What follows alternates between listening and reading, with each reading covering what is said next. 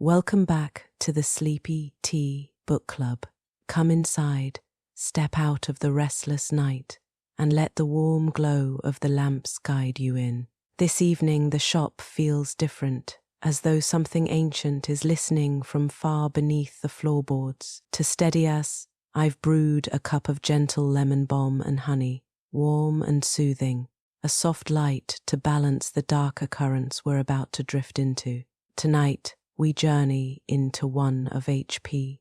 Lovecraft's most iconic and unsettling tales, a story that whispers of dreams that do not belong to us, of sunken cities, and of something vast stirring in the deep. The Call of Cthulhu is not a tale of jump and fright, but of slow, creeping wonder, the kind that makes the universe feel wide, strange, and filled with impossible corners. But here, safe in this little tea shop at the edge of the night, you can simply listen.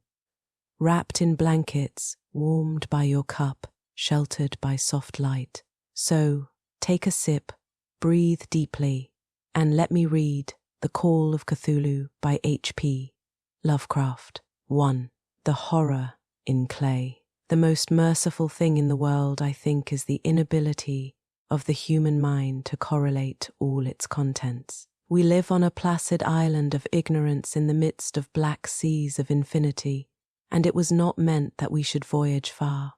The sciences, each straining in its own direction, have hitherto harmed us little, but some day the piecing together of dissociated knowledge will open up such terrifying vistas of reality and of our frightful position therein, that we shall either go mad from the revelation or flee from the deadly light into the peace and safety of a new dark age. Theosophists have guessed at the awesome grandeur of the cosmic cycle wherein our world and human race form transient incidents. They have hinted at strange survivals in terms which would freeze the blood if not masked by a bland optimism. But it is not from them that there came the single glimpse of forbidden eons, which chills me when I think of it, and maddens me when I dream of it. That glimpse, like all dread glimpses of truth, flashed out from an accidental piecing together of separated things, in this case, an old newspaper item and the notes of a dead professor. I hope that no one else will accomplish this piecing out. Certainly, if I live, I shall never knowingly supply a link in so hideous a chain. I think that the professor, too, intended to keep silent regarding the part he knew, and that he would have destroyed his notes had not sudden death seized him. My knowledge of the thing began in the winter of 1926-27 with the death of my granduncle, George Gamble Angel, Professor Emeritus of Semitic Languages in Brown University, Providence, Rhode Island. Professor Angel was widely known as an authority on ancient inscriptions and had frequently been resorted to by the heads of prominent museums, so that his passing at the age of 92 may be recalled by many. Locally, interest was intensified by the obscurity of the cause of death. The professor had been stricken whilst returning from the Newport boat, falling suddenly, as witnesses said, after having been jostled by a nautical-looking Negro who had come from one of the queer, dark courts on the precipitous hillside which formed a short cut from the waterfront to the deceased's home in William Street. Physicians were unable to find any visible disorder, but concluded after perplexed debate that some obscure lesion of the heart, induced by the brisk ascent of so steep a hill by so elderly a man, was responsible for the end. At the time I saw no reason to dissent from this dictum, but latterly I am inclined to wonder, and more than wonder, as my granduncle's heir and executor, for he died a childless widower. I was expected to go over his papers with some thoroughness, and for that purpose moved his entire set of files and boxes to my quarters in Boston. Much of the material which I correlated will be later published by the American Archaeological Society, but there was one box which I found exceedingly puzzling, and which I felt much averse from showing to other eyes. It had been locked, and I did not find the key till it occurred to me to examine the personal ring which the professor carried always in his pocket. Then, indeed, I succeeded in opening it, but when I did so seemed only to be confronted by a greater and more closely locked barrier. For what could be the meaning of the queer clay bas-relief and the disjointed jottings, ramblings, and cuttings which I found? Had my uncle, in his latter years, become credulous of the most superficial impostures? I resolved to search out the eccentric sculptor responsible for this apparent disturbance of an old man's peace of mind. The bas-relief was a rough rectangle less than an inch thick and about 5 by 6 inches in area, obviously of modern origin. Its designs, however, were far from modern in atmosphere and suggestion, for, although the vagaries of cubism and futurism are many and wild, they do not often reproduce that cryptic regularity which lurks in prehistoric writing. And writing of some kind, the bulk of these designs seemed certainly to be, though my memory, despite much familiarity with the papers and collections of my uncle, failed in any way to identify this particular species, or even hint at its remotest affiliations. Above these apparent hieroglyphics was a figure of evidently pictorial intent, though its impressionistic execution forbade a very clear idea of its nature. It seemed to be a sort of monster, or symbol representing a monster, of a form which only a diseased fancy could conceive. If I say that my somewhat extravagant imagination yielded simultaneous pictures of an octopus, a dragon, and a human caricature, I shall not be unfaithful to the spirit of the thing. A pulpy, tentacled head surmounted a grotesque and scaly body with rudimentary wings, but it was the general outline of the whole which made it most shockingly frightful. Behind the figure was a vague suggestion of a cyclopean architectural background. The writing accompanying this oddity was, aside from a stack of press cuttings, in Professor Angel's most recent hand, and made no pretense to literary style. What seemed to be the main document was headed Cthulhu Cult, in characters painstakingly printed to avoid the erroneous reading of a word so unheard of. This manuscript was divided into 2 sections, the first of which was headed 1925 Dream and Dream Work of H.A. Wilcox, 7 Thomas, Saint-Thomas, I, and the second, Narrative of Inspector John R. Legras, 121 Bienville, St. New Orleans, L.A., at 1900 8A, SMT Notes on Seine, and Amp Prof. Webb's Act. The other manuscript papers were all brief notes, some of them accounts of the queer dreams of different persons, some of them citations from theosophical books and magazines, notably W. Scott Eliot's Atlantis and the Lost Lemuria, and the rest comments on long-surviving secret societies and hidden cults, with references to passages in such mythological and anthropological sourcebooks as Fraser's Golden Bough and Miss Murray's Witch Cult in Western Europe. The cuttings largely alluded to outre mental illnesses and outbreaks of group folly or mania in the spring of 1925. The first half of the principal manuscript told a very peculiar tale. It appears that on March 1st, 1925, a thin, dark young man of neurotic and excited aspect had called upon Professor Angel, bearing the singular clay bas-relief, which was then exceedingly damp and fresh. His card bore the name of Henry Anthony Wilcox, and my uncle had recognized him as the youngest son of an excellent family slightly known to him, who had latterly been studying sculpture at the Rhode Island School of Design and living alone at the Fleur-de-Lis building near that institution.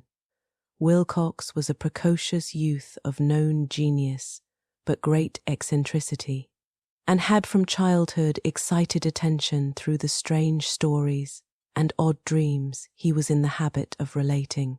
He called himself psychically hypersensitive, but the staid folk of the ancient commercial city dismissed him as merely queer. Never mingling much with his kind, he had dropped gradually from social visibility and was now known only to a small group of aesthetes from other towns. Even the Providence Art Club, anxious to preserve its conservatism, had found him quite hopeless. On the occasion of the visit ran the professor's manuscript. The sculptor abruptly asked for the benefit of his host's archaeological knowledge in identifying the hieroglyphics on the bas-relief. He spoke in a dreamy, stilted manner, which suggested pose and alienated sympathy, and my uncle showed some sharpness in replying, for the conspicuous freshness of the tablet implied kinship with anything but archaeology. Young Wilcox's rejoinder, which impressed my uncle enough to make him recall and record it verbatim, was of a fantastically poetic cast which must have typified his whole conversation, and which I have since found highly characteristic of him. He said, "It is new indeed, for I made it last night in a dream of strange cities, and dreams are older than brooding Tyre, or the contemplative Sphinx, or garden-girdled Babylon." It was then that he began that rambling tale which suddenly played upon a sleeping memory and won the fevered interest of my uncle. There had been a slight earthquake tremor the night before, the most considerable felt in New England for some years, and Wilcox's imagination had been keenly affected. Upon retiring, he had had an unprecedented dream of great cyclopean cities of Titan blocks and skiff-flung monoliths, all dripping with green ooze and sinister with latent horror. Hieroglyphics had covered the walls and pillars, and from some undetermined point below had come a voice that was not a voice, a chaotic sensation which only fancy could transmute into sound, but which he attempted to render by the almost unpronounceable jumble of letters. Cthulhu Feishtan. This verbal jumble was the key to the recollection which excited and disturbed Professor Angel.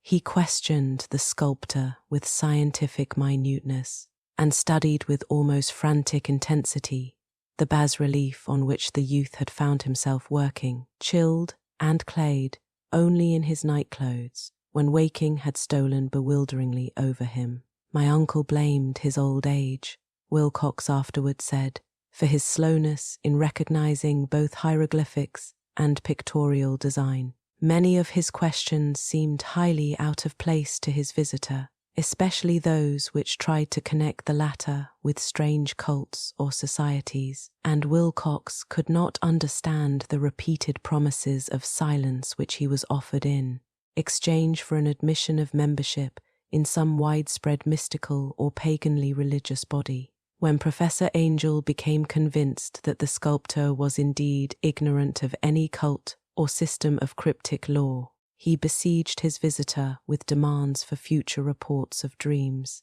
This bore regular fruit, for after the first interview, the manuscript records daily calls of the young man, during which he related startling fragments of nocturnal imagery, whose burden was always some terrible cyclopean vista of dark and dripping stone. With a subterranean voice or intelligence, shouting monotonously in enigmatical sense impacts, uninscribable save as gibberish.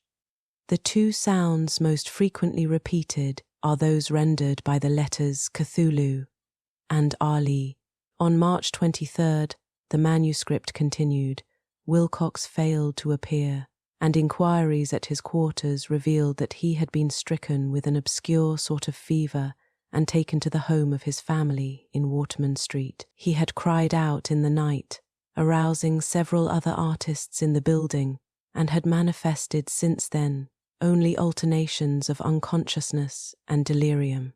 My uncle at once telephoned the family, and from that time forward kept close watch of the case, calling often at the Thayer Street office of Dr. Toby, whom he learned to be in charge. The youth's febrile mind, apparently, was dwelling on strange things, and the doctor shuddered now and then as he spoke of them. They included not only a repetition of what he had formerly dreamed, but touched wildly on a gigantic thing, miles high, which walked or lumbered about. He, at no time, fully described this object, but occasional frantic words, as repeated by Dr. Toby, convinced the professor that it must be identical with the nameless monstrosity he had sought to depict in his dream sculpture.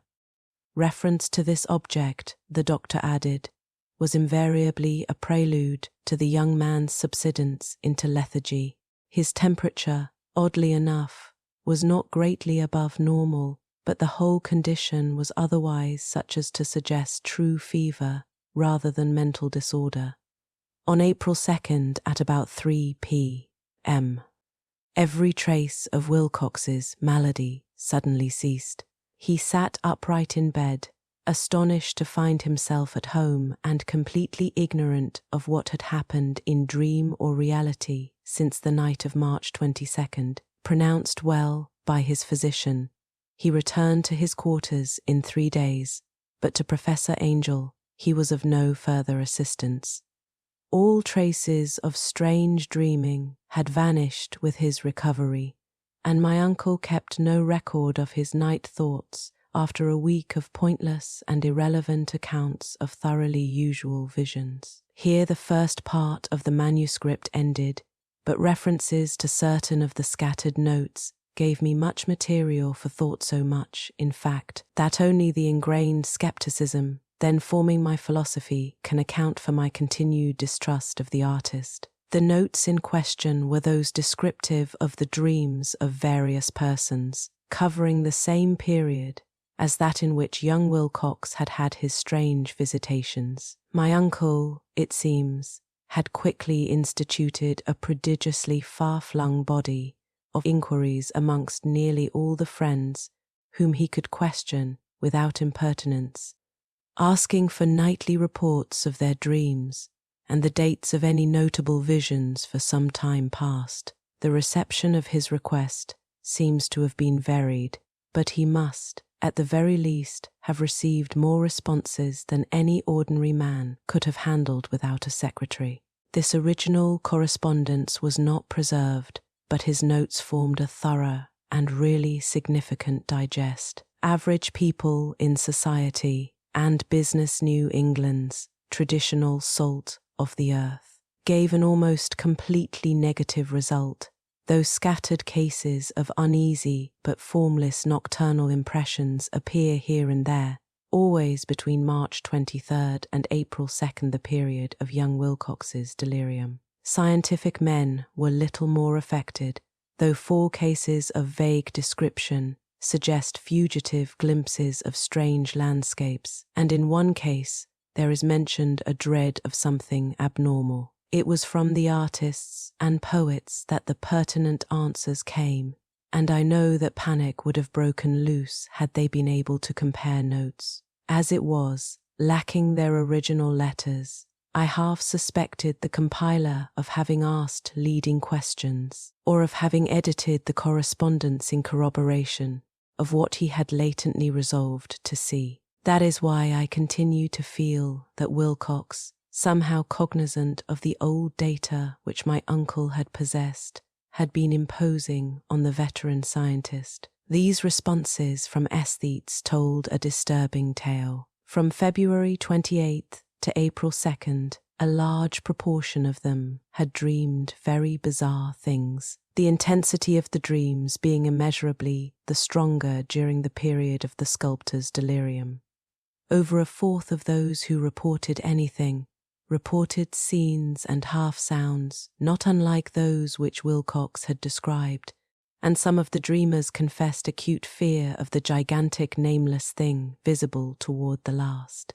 One case, which the note describes with emphasis, was very sad. The subject, a widely known architect with leanings toward theosophy and occultism, went violently insane on the date of young Wilcox's seizure, and expired several months later after incessant screamings to be saved from some escaped denizen of hell. Had my uncle referred to these cases by name instead of merely by number, I should have attempted some corroboration and personal investigation, but, as it was, I succeeded in tracing down only a few. All of these, however, bore out the notes in full. I have often wondered if all the objects of the professor's questioning felt as puzzled as did this fraction. It is well that no explanation shall ever reach them. The press cuttings, as I have intimated, touched on cases of panic, mania, and eccentricity during the given period. Professor Angel must have employed a cutting bureau, for the number of extracts was tremendous, and the sources scattered throughout the globe. Here was a nocturnal suicide in London, where a lone sleeper had leaped from a window after a shocking cry. Here likewise a rambling letter to the editor of a paper in South America, where a fanatic deduces a dire future from visions he has seen. A dispatch from California describes a theosophist colony as donning white robes en masse for some glorious fulfillment, which never arrives, whilst items from India speak guardedly of serious native unrest toward the end of March. Voodoo orgies multiply in Haiti, and African outposts report ominous mutterings. American officers in the Philippines find certain tribes bothersome about this time, and New York policemen are mobbed by hysterical Levantines on the night of March 22-23. The west of Ireland, too, is full of wild rumour and legendary, and a fantastic painter named Ardwabuno hangs a blasphemous dream landscape in the Paris Spring Salon of 1926, and so numerous are the recorded troubles in insane asylums that only a miracle can have stopped the medical fraternity from noting strange parallelisms and drawing mystified conclusions. A weird bunch of cuttings, all told, and I can, at this date, scarcely envisage the callous rationalism with which I set them aside. But I was then convinced that young Wilcox had known of the older matters mentioned by the professor, too.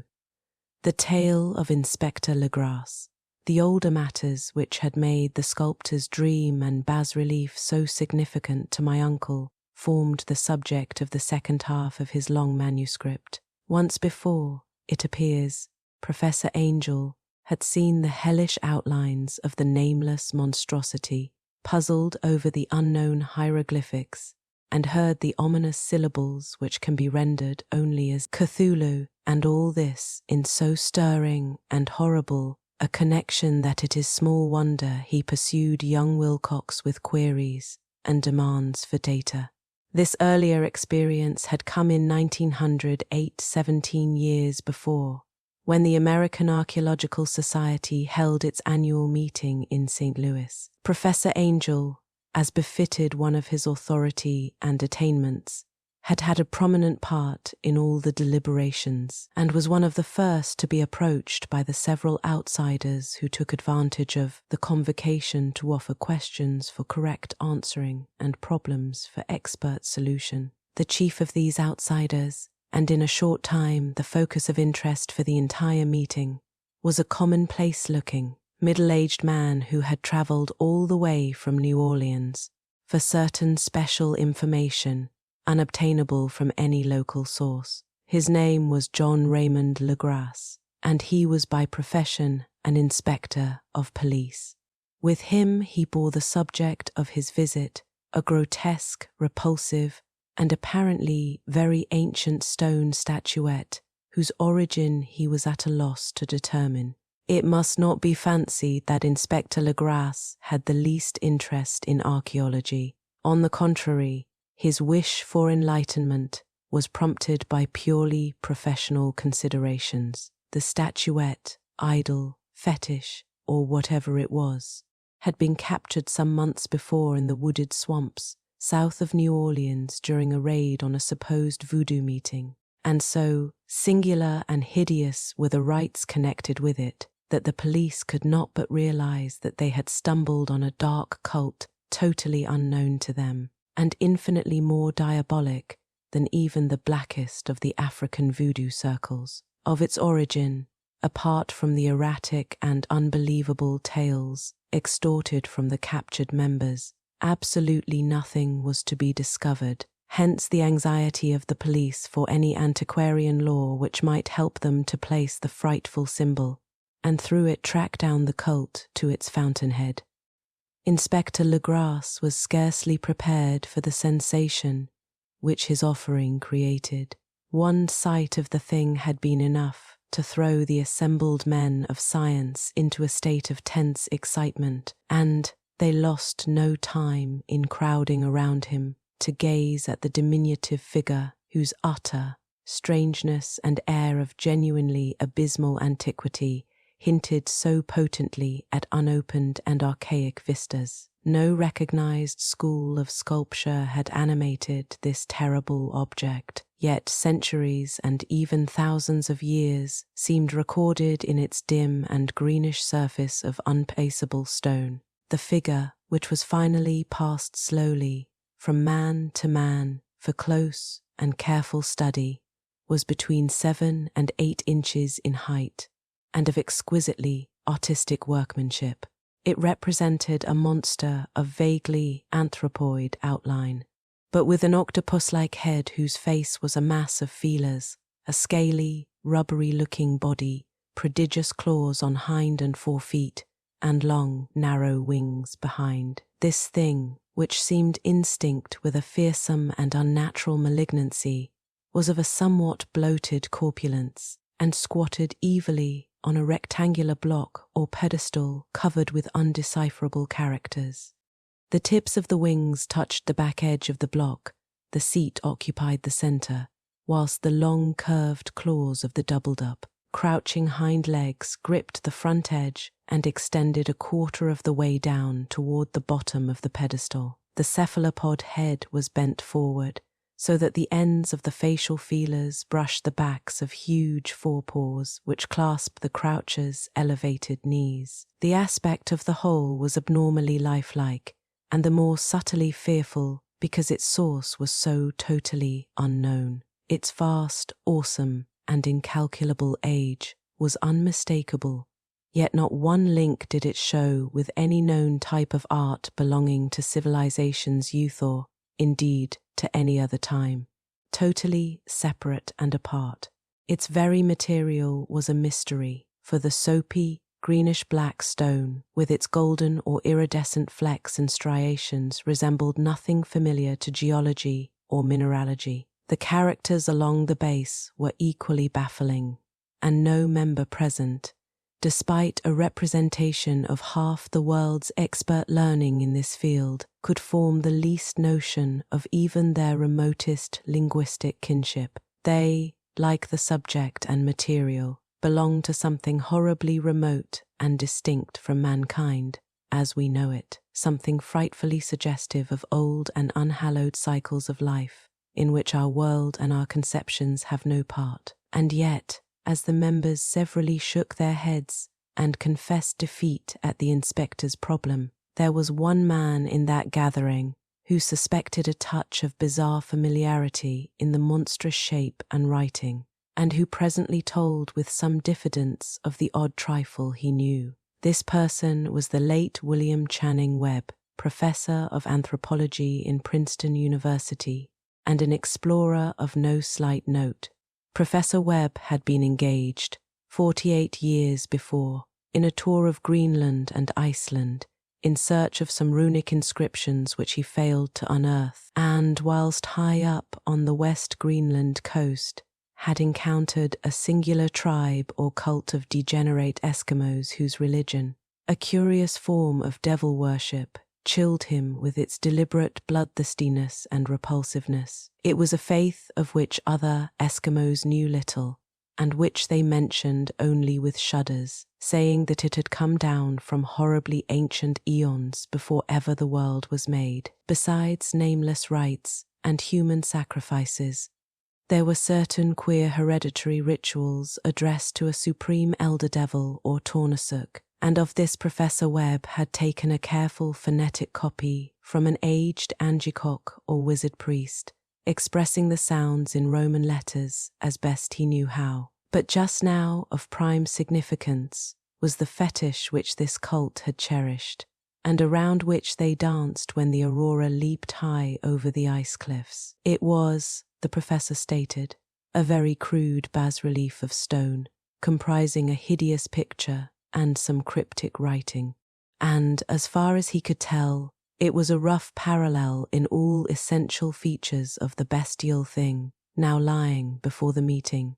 These data, received with suspense and astonishment by the assembled members, proved doubly exciting to Inspector Legras, and he began at once to ply his informant with questions. Having noted and copied an oral ritual among the swamp cult worshippers his men had arrested, he besought the professor to remember as best he might the syllables taken down amongst the diabolist Eskimos. There then followed an exhaustive comparison of details, and a moment of really awed silence when both detective and scientist agreed on the virtual identity of the phrase common to two hellish rituals so many worlds of distance apart. What, in substance, both the Eskimo wizards and the Louisiana swamp priests had chanted to their kindred idols was something very like this, the word divisions being guessed at from traditional breaks in the phrase as chanted aloud. Ph Nglui, MGLWna, Cthulhu, Ali, W Ganagal, Feichtan. Legras had 1 point in advance of Professor Webb, for several among his mongrel prisoners had repeated to him what older celebrants had told them the words meant. This text, as given, ran something like this. In his house at Arlie dead Cthulhu waits dreaming. And now, in response to a general urgent demand, Inspector Legras related as fully as possible his experience with the swamp worshippers, telling a story to which I could see my uncle attached profound significance.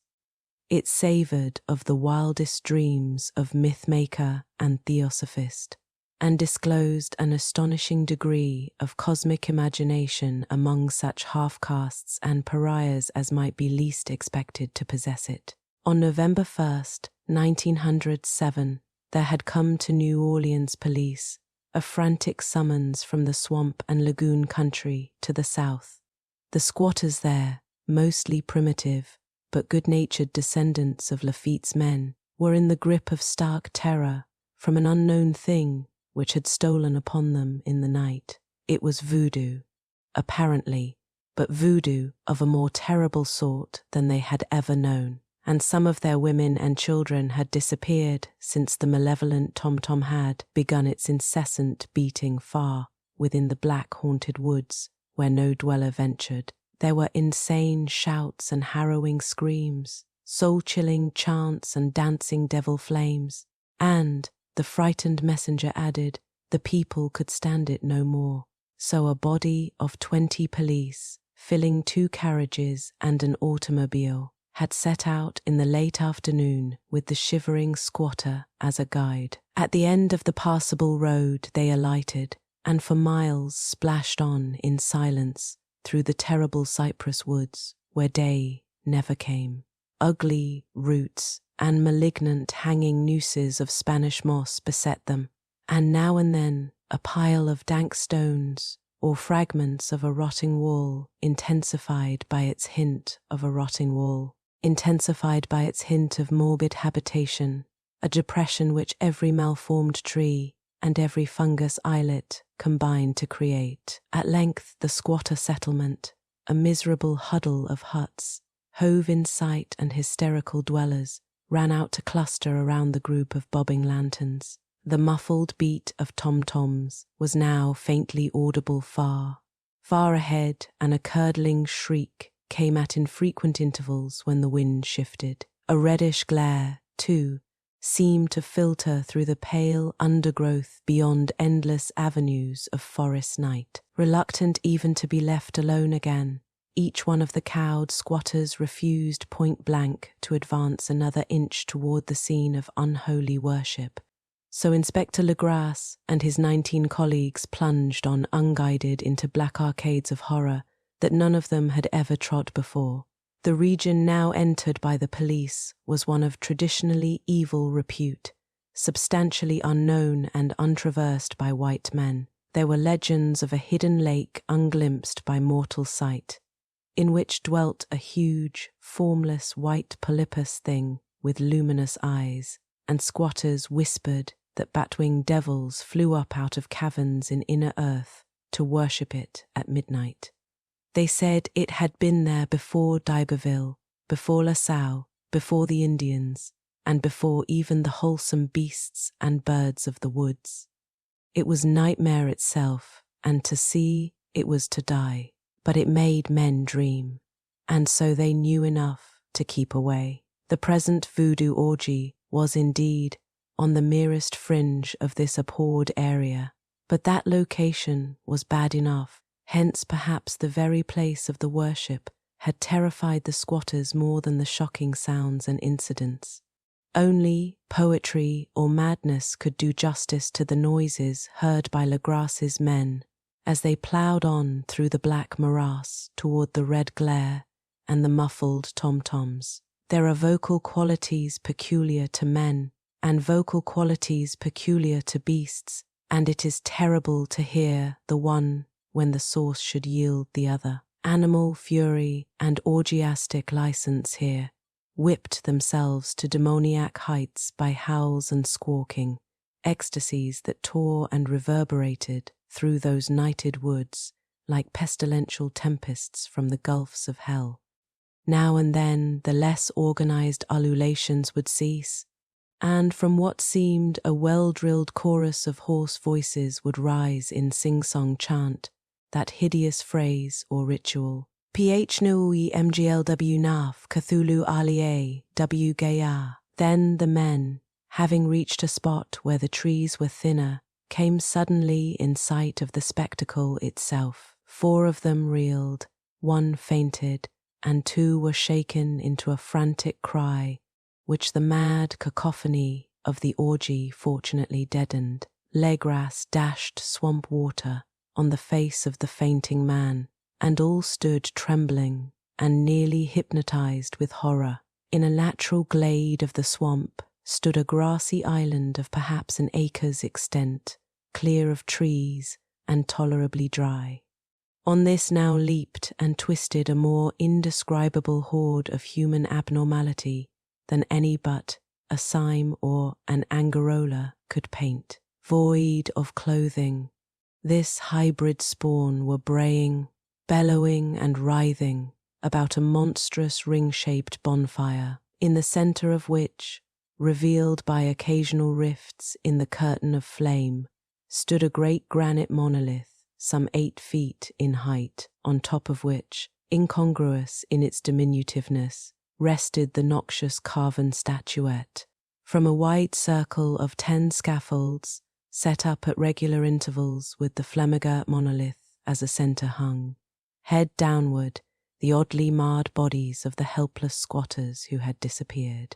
It was inside this circle that the ring of worshippers jumped and roared, the general direction of the mass motion being, from left to right, in endless bacchanal between the ring of bodies and the ring of fire. It may have been only imagination, and it may have been only echoes which induced one of the men, an excitable Spaniard, to fancy he heard antiphonal responses to the ritual from some far and unillumined spot deeper within the wood of ancient legendary and horror. This man, Joseph D. Galvez, I later met and questioned, and he proved distractingly imaginative. He indeed went so far as to hint of the faint beating of great wings, and of a glimpse of shining eyes, and a mountainous white bulk beyond the remotest trees, but I suppose he had been hearing too much native superstition.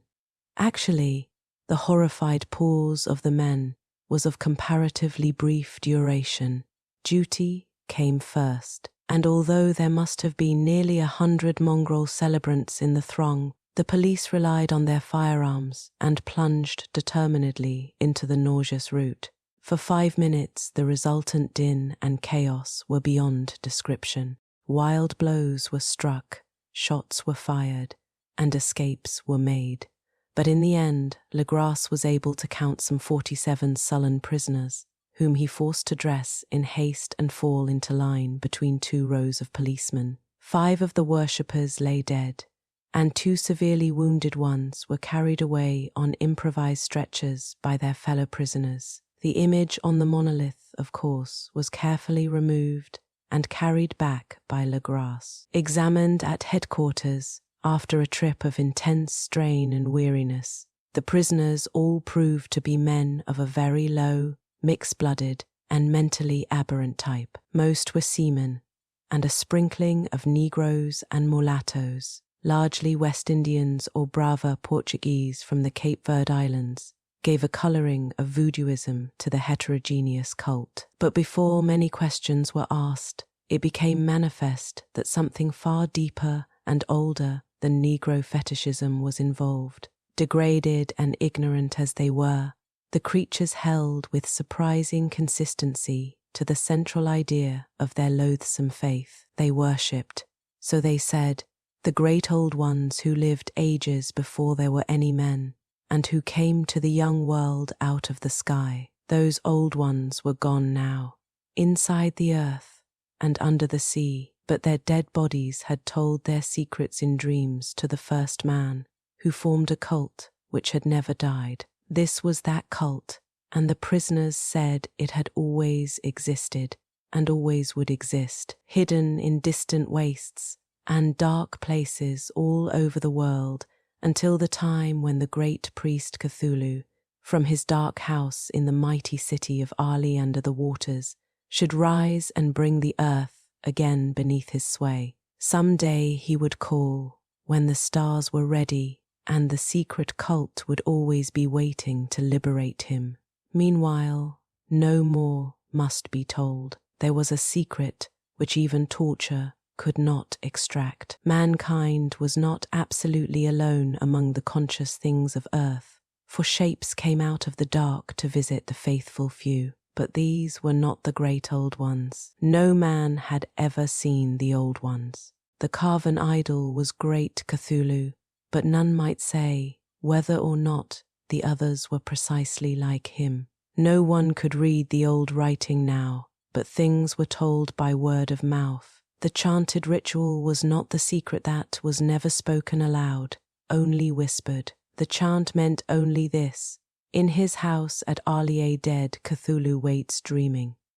Only 2 of the prisoners were found sane enough to be hanged, and the rest were committed to various institutions.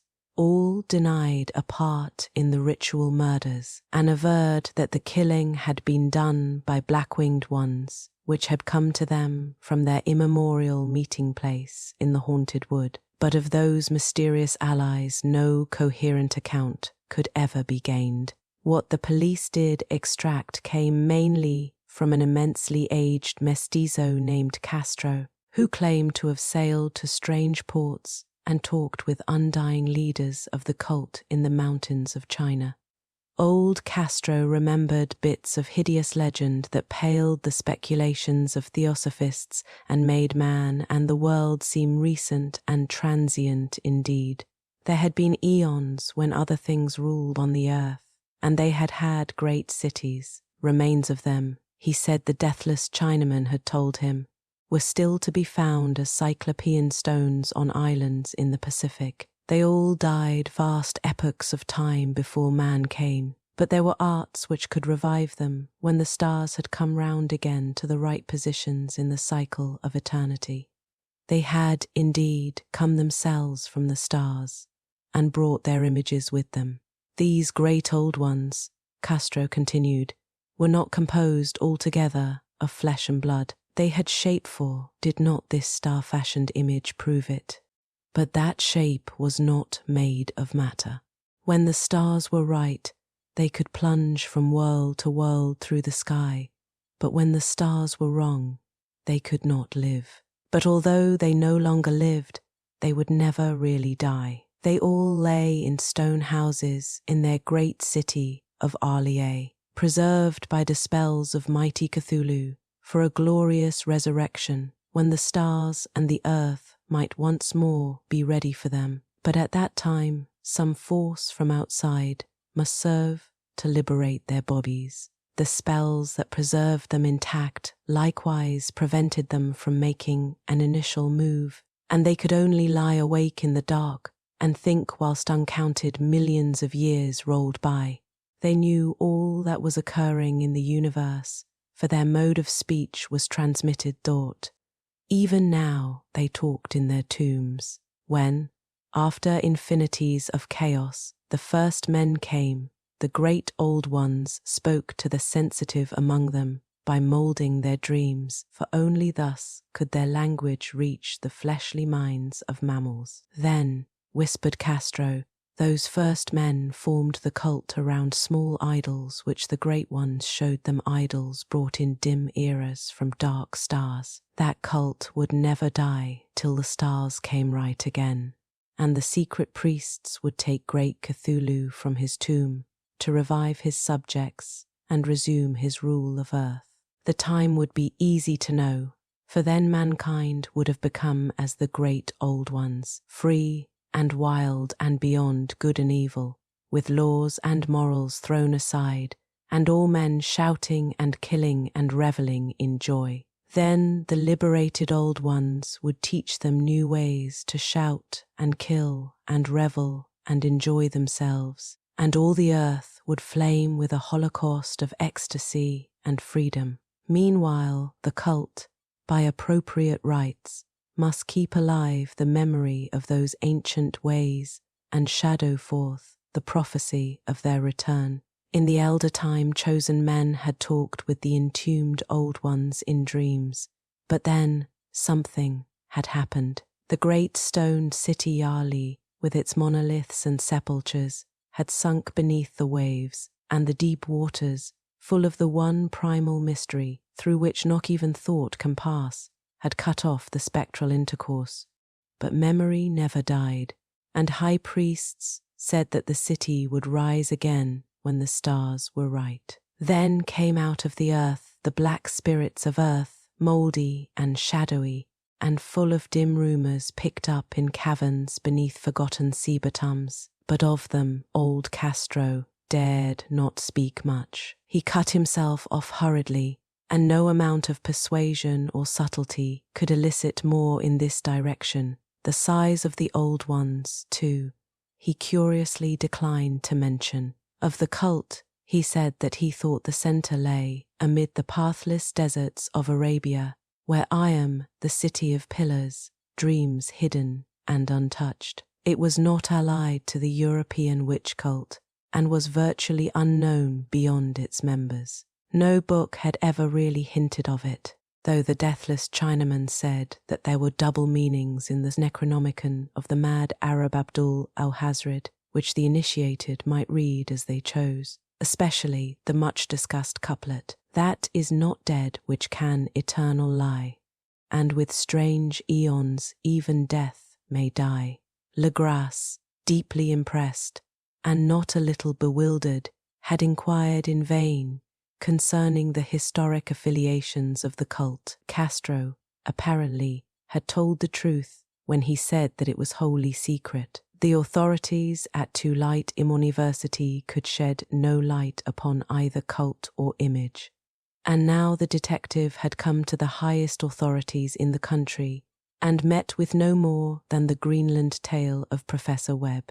The feverish interest aroused at the meeting by Legras's tale, corroborated as it was by the statuette, is echoed in the subsequent correspondence of those who attended, although scant mention occurs in the formal publication of the society. Caution is the first care of those accustomed to face occasional charlatanry and imposture. Legras, for some time, lent the image to Professor Webb, but at the latter's death it was returned to him and remains in his possession, where I viewed it not long ago. It is truly a terrible thing, and unmistakably akin to the dream sculpture of young Wilcox. That my uncle was excited by the tale of the sculptor I did not wonder, for what thoughts must arise upon hearing after a knowledge of what Legras had learned of the cult, of a sensitive young man who had dreamed not only the figure and exact hieroglyphics of the swamp-found image and the Greenland devil tablet, but had come in his dreams upon at least 3 of the precise words of the formula uttered alike by Eskimo diabolists and mongrel Louisianans. Professor Angel's instant start on an investigation of the utmost thoroughness was eminently natural, though privately I suspected young Wilcox of having heard of the cult in some indirect way, and of having invented a series of dreams to heighten and continue the mystery at my uncle's expense. The dream narratives and cuttings collected by the professor were, of course, strong corroboration,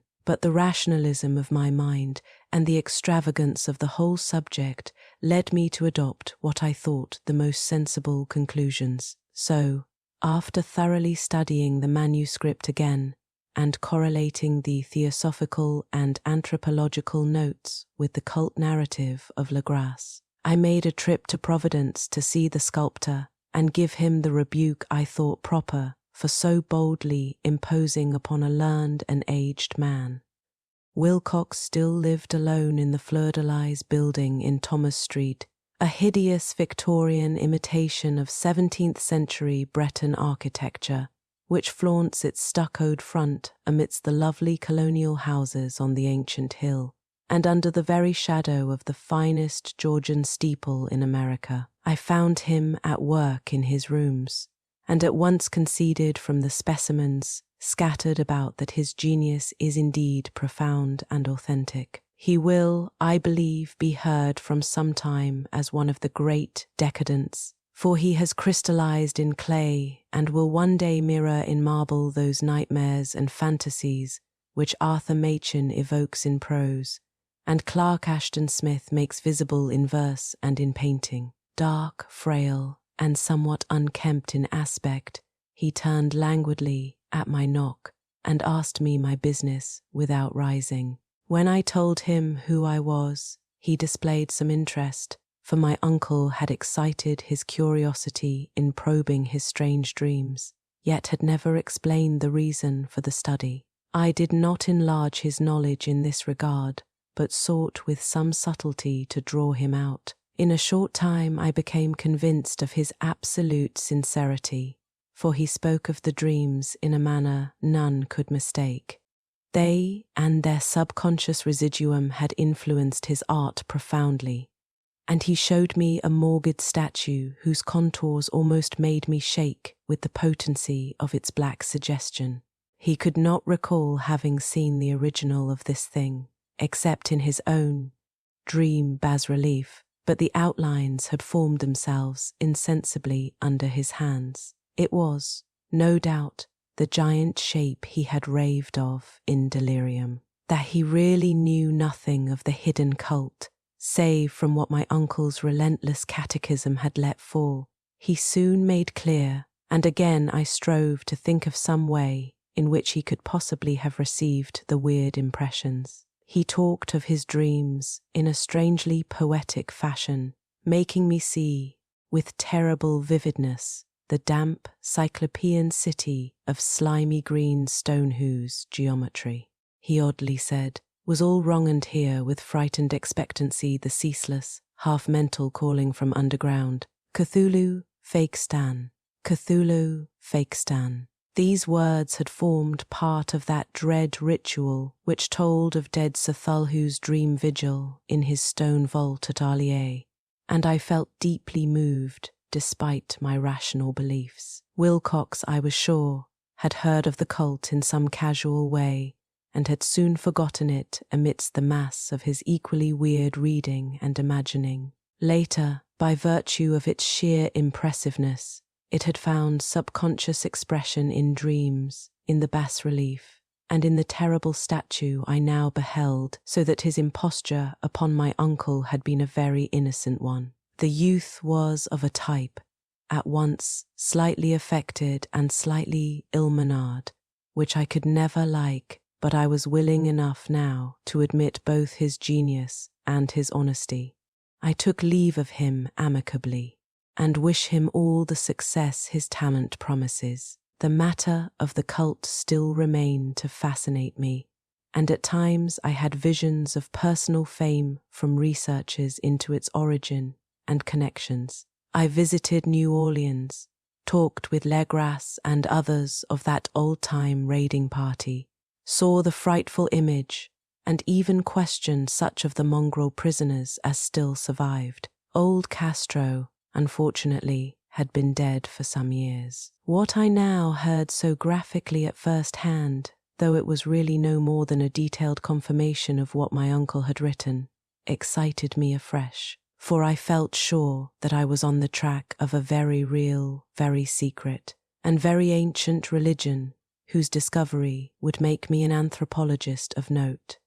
My attitude was still one of absolute materialism, as I wish it still were, and I discounted with almost inexplicable perversity the coincidence of the dream notes and odd cuttings collected by Professor Angel.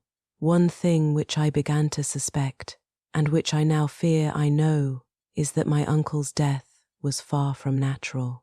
He fell on a narrow hill street leading up from an ancient waterfront swarming with foreign mongrels after a careless push from a Negro sailor.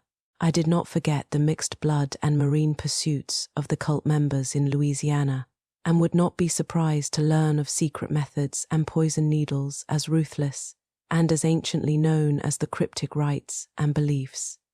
Legras and his men, it is true, have been let alone, but in Norway a certain seaman who saw things is dead.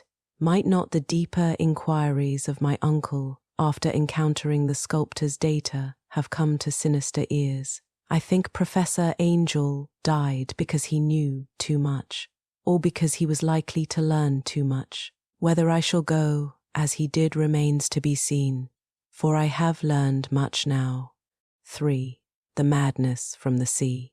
If heaven ever wishes to grant me a boon, it will be a total effacing of the results of a mere chance which fixed my eye on a certain stray piece of shelf paper. It was nothing on which I would naturally have stumbled in the course of my daily round, for it was an old number of an Australian journal, Sydney Bulletin for April 18th, 1925. It had escaped even the cutting bureau which had, at the time of its issuance, been avidly collecting material for my uncle's research. I had largely given over my inquiries into what Professor Angel called the Cthulhu cult, and was visiting a learned friend of Paterson, New Jersey, the curator of a local museum and a mineralogist of note. Examining one day the reserve specimens roughly set on the storage shelves in a rear room of the museum, my eye was caught by an odd picture in one of the old papers spread beneath the stones. It was the Sydney Bulletin I have mentioned, for my friend has wide affiliations in all conceivable foreign parts, and the picture was a half-tone cut of a hideous stone image, almost identical with that which Legras had found in the swamp.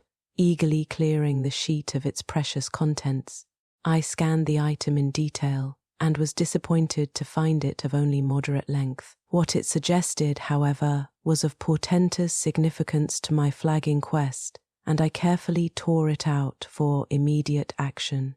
It read as follows: Mystery derelict found at SEA Vigilant arrives with helpless armed New Zealand yacht in tow.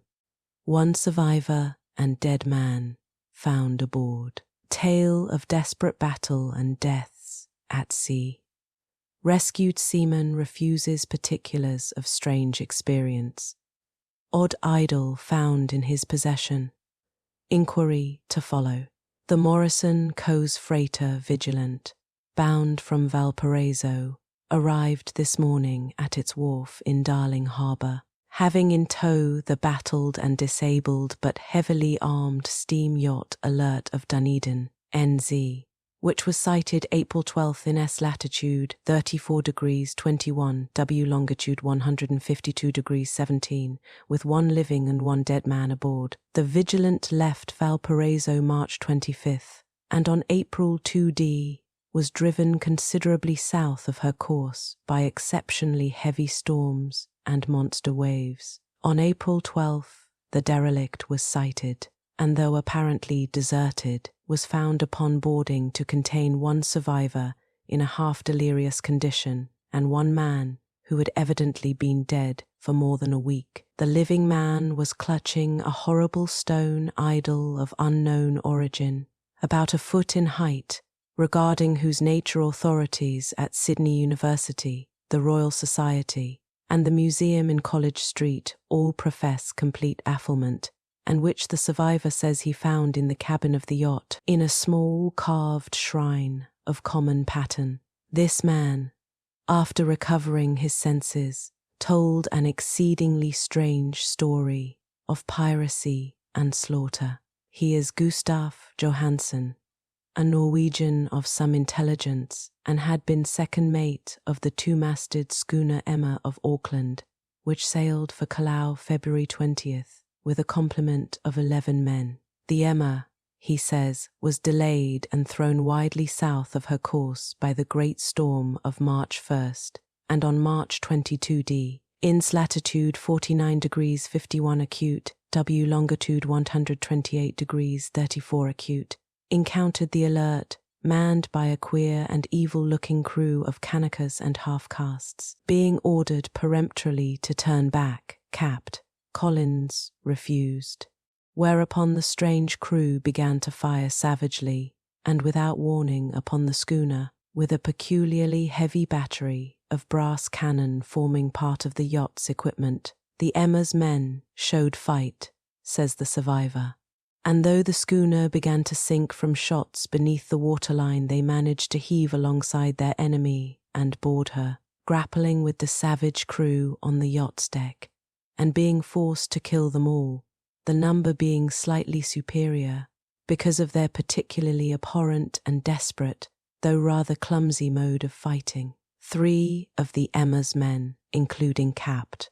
Collins and First Mate Green, were killed, and the remaining 8 under Second Mate Johansen proceeded to navigate the captured yacht, going ahead in their original direction to see if any reason for their ordering back had existed. The next day, it appears, they raised and landed on a small island, although none is known to exist in that part of the ocean, and 6 of the men somehow died ashore, though Johansen is queerly reticent about this part of his story and speaks only of their falling into a rock chasm. Later, it seems, he and one companion boarded the yacht and tried to manage her, but were beaten about by the storm of April 2nd. From that time till his rescue on the 12th, the man remembers little, and he does not even recall when William Bryden, his companion, died. Bryden's death reveals no apparent cause, and was probably due to excitement or exposure. Cable advices from Dunedin report that the Alert was well known there as an island trader and bore an evil reputation along the waterfront. It was owned by a curious group of half-castes whose frequent meetings and night trips to the woods attracted no little curiosity, and it had set sail in great haste just after the storm and earth tremors of March 1st. Our Auckland correspondent gives the Emma and her crew an excellent reputation, and Johansen is described as a sober and worthy man. The Admiralty will institute an inquiry on the whole matter beginning tomorrow, at which every effort will be made to induce Johansen to speak more freely than he has done hitherto. This was all, together with the picture of the hellish image, but what a train of ideas it started in my mind. Here were new treasuries of data on the Cthulhu cult, and evidence that it had strange interests at sea as well as on land. What motive prompted the hybrid crew to order back the Emma as they sailed about with their hideous idol? What was the unknown island on which 6 of the Emma's crew had died, and about which the mate Johansen was so secretive? What had the Vice-Admiralty's investigation brought out, and what was known of the noxious cult in Dunedin? And most marvellous of all, what deep and more than natural linkage of dates was this which gave a malign and now undeniable significance to the various turns of events so carefully noted by my uncle. March 1st hour, February 28th, according to the international date line, the earthquake and storm had come. From Dunedin the Alert and her noisome crew had darted eagerly forth, as if imperiously summoned, and on the other side of the earth poets and artists had begun to dream of a strange, dank Cyclopean city, whilst a young sculptor had moulded in his sleep the form of the dreaded Cthulhu. March 23rd, the crew of the Emma landed on an unknown island and left 6 men dead, and on that date the dreams of sensitive men assumed a heightened vividness and darkened with dread of a giant monster's malign pursuit, whilst an architect had gone mad and a sculptor had lapsed suddenly into delirium. And what of this storm of April 2nd, the date on which all dreams of the dank city ceased, and Wilcox emerged unharmed from the bondage of strange fever? What of all this and of those hints of old Castro about the sunken, star-born old ones, and their coming reign, their faithful cult, and their mastery of dreams? Was I tottering on the brink of cosmic horrors beyond man's power to bear? If so, they must be horrors of the mind alone, for in some way the 2nd of April had put a stop to whatever monstrous menace had begun its siege of mankind's soul. That evening, after a day of hurried cabling and arranging, I bade my host adieu and took a train for San Francisco. In less than a month I was in Dunedin, where, however, I found that little was known of the strange cult members who had lingered in the old sea taverns.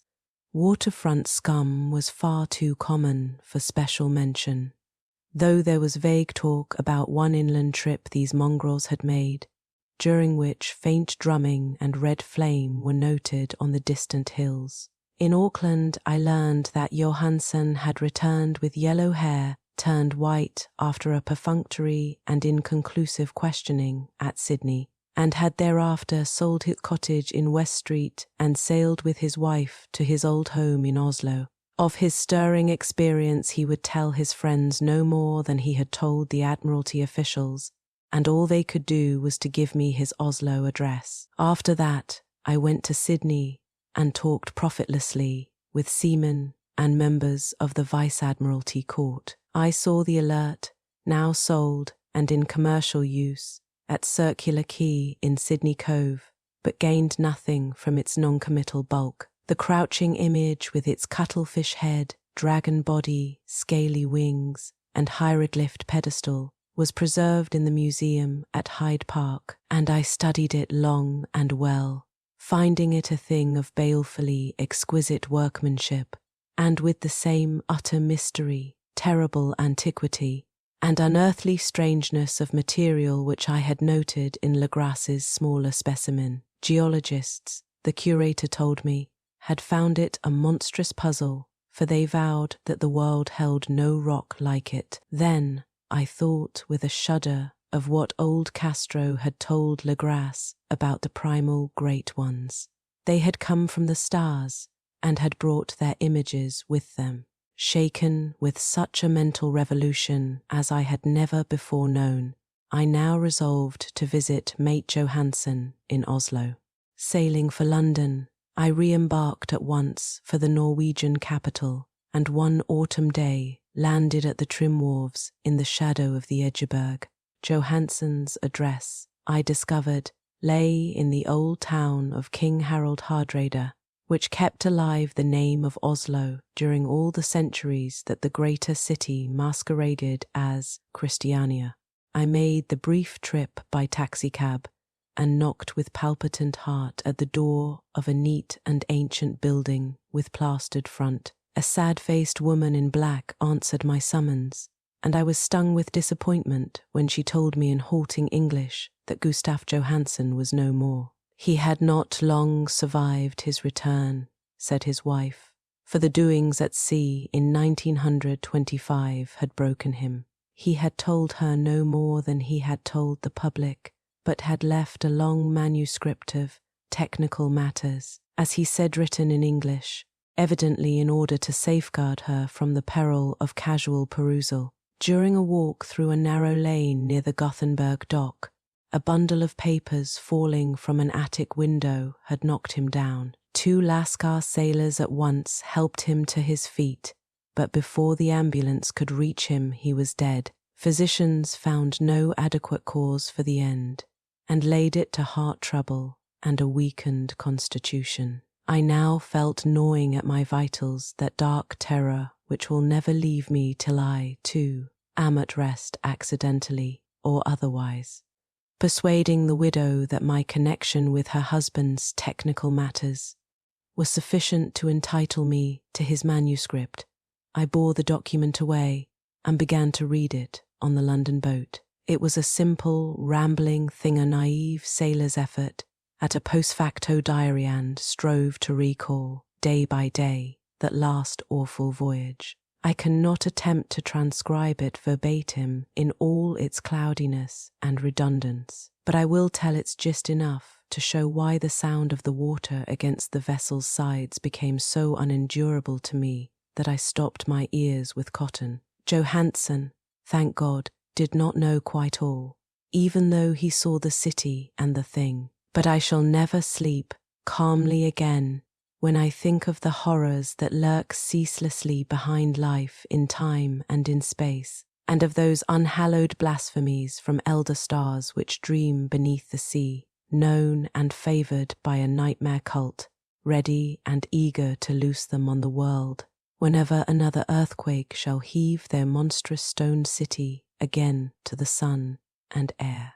Johansen's voyage had begun just as he told it to the Vice-Admiralty. The Emma, in ballast, had cleared Auckland on February 20th, and had felt the full force of that earthquake-born tempest which must have heaved up from the sea bottom the horrors that filled men's dreams. Once more under control, the ship was making good progress when held up by the Alert on March 22nd, and I could feel the mate's regret as he wrote of her bombardment and sinking. Of the swarthy cult fiends on the Alert he speaks with significant horror. There was some peculiarly abominable quality about them which made their destruction seem almost a duty, and Johansen shows ingenuous wonder at the charge of ruthlessness brought against his party during the proceedings of the Court of Inquiry. Then, driven ahead by curiosity in their captured yacht under Johansen's command, the men sight a great stone pillar sticking out of the sea, and in S latitude 47 degrees 9, W longitude 126 degrees 43 come upon a coastline of mingled mud,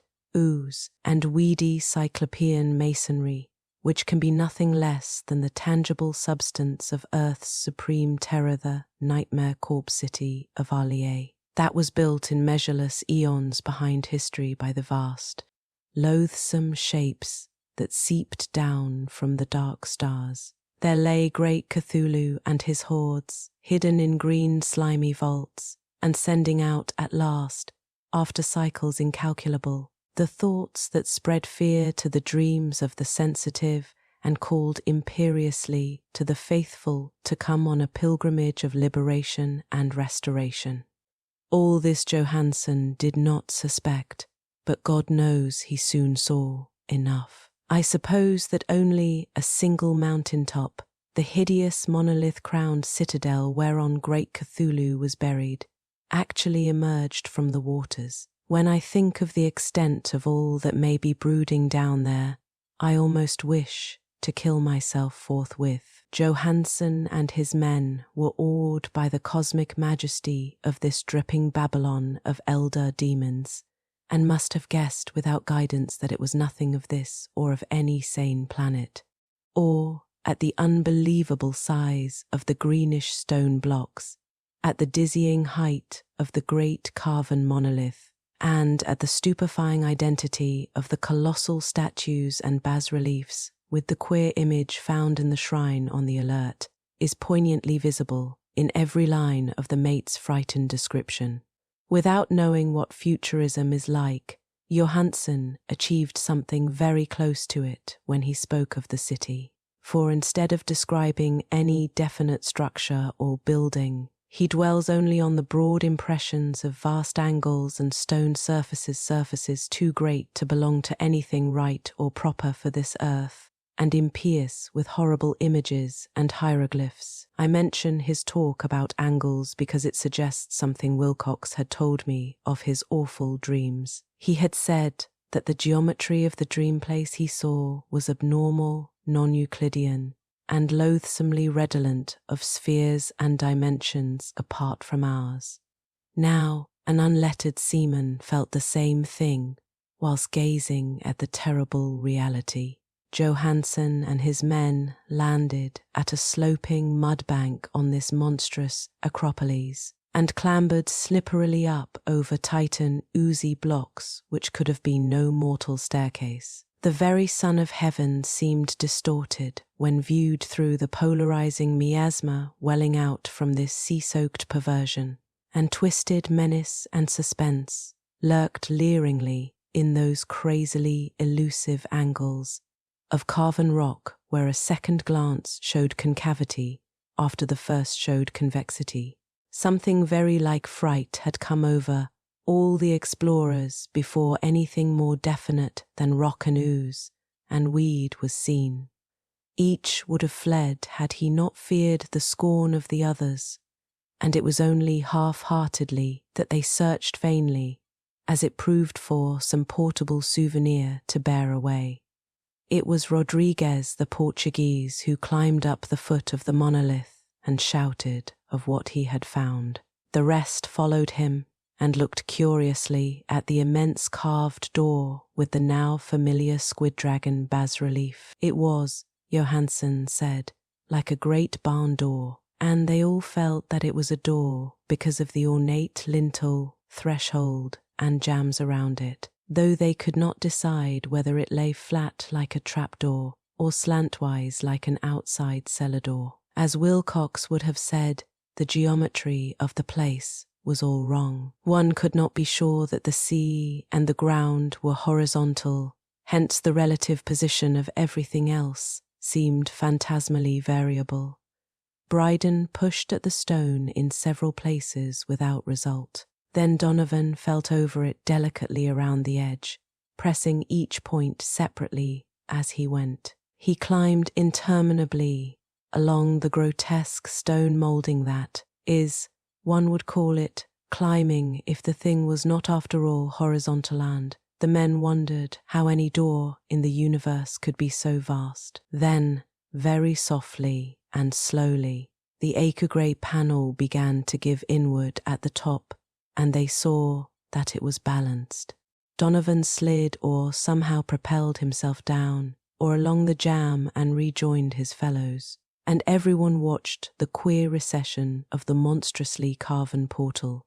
In this fantasy of prismatic distortion, it moved anomalously in a diagonal way, so that all the rules of matter and perspective seemed upset. The aperture was black with a darkness almost material. That tenebrousness was indeed a positive quality, for it obscured such parts of the inner walls as ought to have been revealed, and actually burst forth like smoke from its eon-long imprisonment, visibly darkening the sun as it slunk away into the shrunken and gibbous sky on flapping membranous wings. The odour arising from the newly opened depths was intolerable, and at length the quick-eared Hawkins thought he heard a nasty, slopping sound down there. Everyone listened, and everyone was listening still, when it lumbered slobberingly into sight and gropingly squeezed its gelatinous green immensity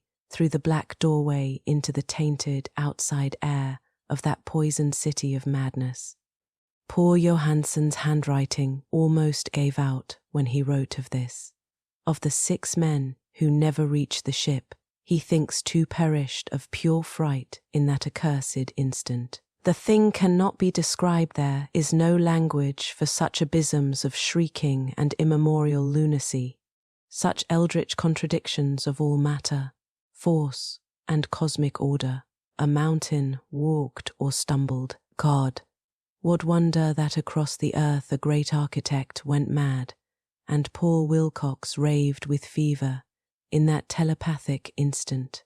The thing of the idols, the green, sticky spawn of the stars, had awaked to claim his own. The stars were right again, and what an age-old cult had failed to do by design, a band of innocent sailors had done by accident. After vigintillions of years, great Cthulhu was loose again, and ravening for delight. 3 men were swept up by the flabby claws before anybody turned.